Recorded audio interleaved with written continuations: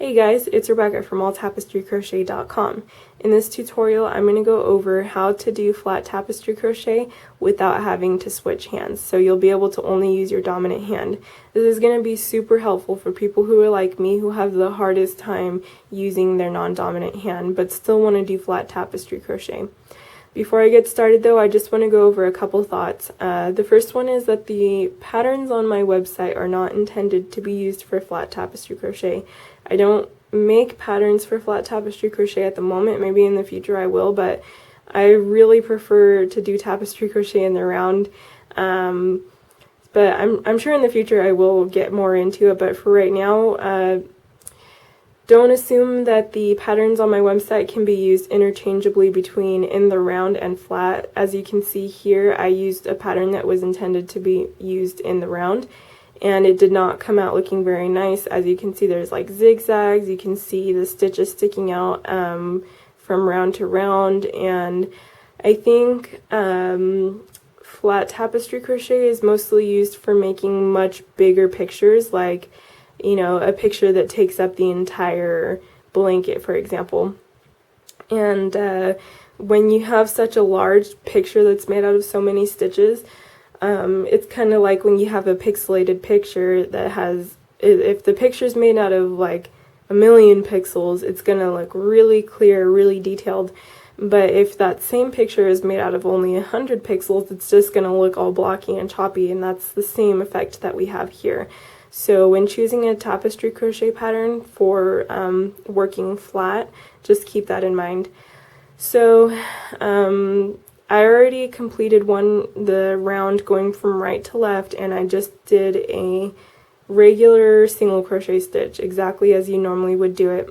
Normally, when working flat tapestry crochet at this point, you would chain one, which I already did, and then without turning the work, you would flip the needle around.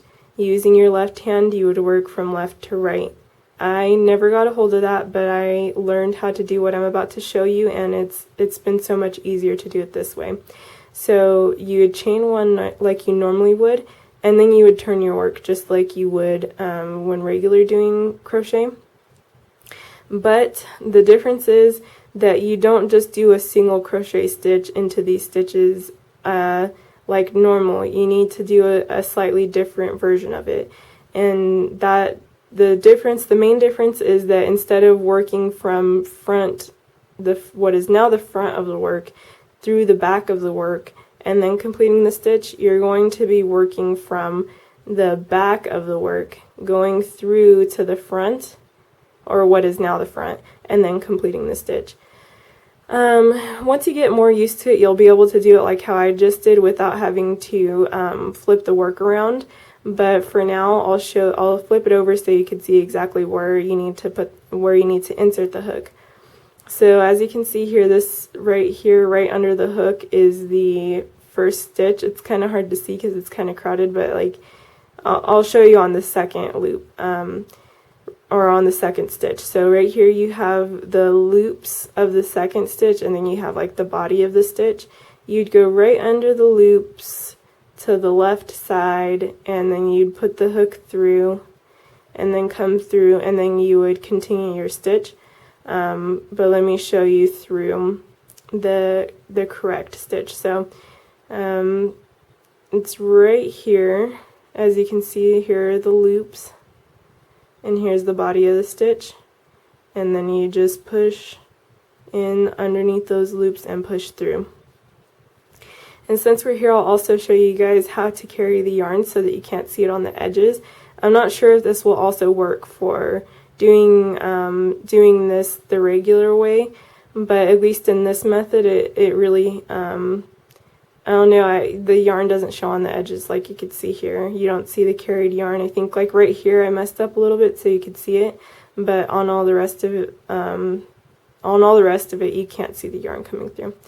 Okay, so anyway, so now that we have the hook through, I'll just go ahead and show you what you'll do from here. Okay, so you yarn over just like you normally would, and as you're pulling through, you're going to want to rotate the hook.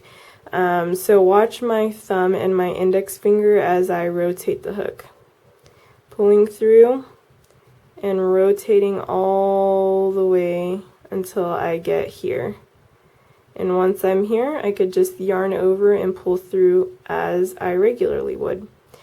So now I'll show you once again, and then the third time I'll show you how I do it without having to flip the work over. So here we are again, and here are the 2 loops, and here's the body of the stitch. And right on the right side of those loops, push the hook through.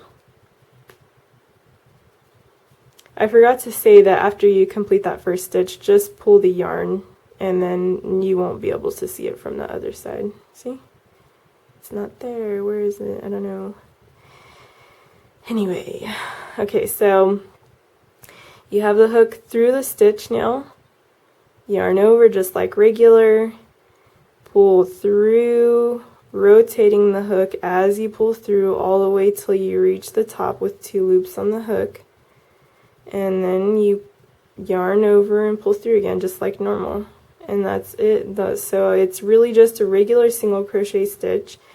The only difference being that you go through the back side and you push through, and that's pretty much it. It's just a matter of where you insert the hook.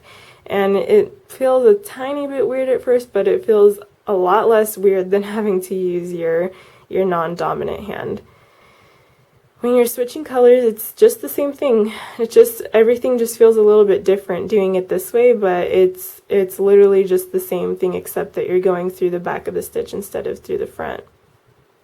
So I'll go ahead and complete this all the way to the end of the round, and then once I get there, I'll go ahead and show you what it looks like so you can have an idea of what you should expect.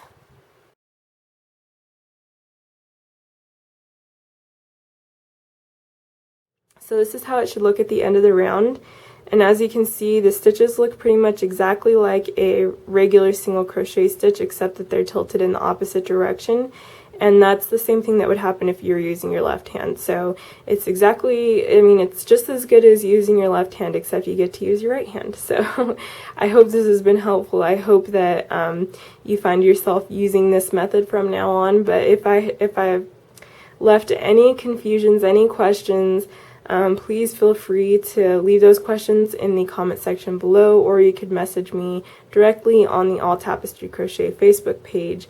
And for now, I just wish you guys happy crocheting.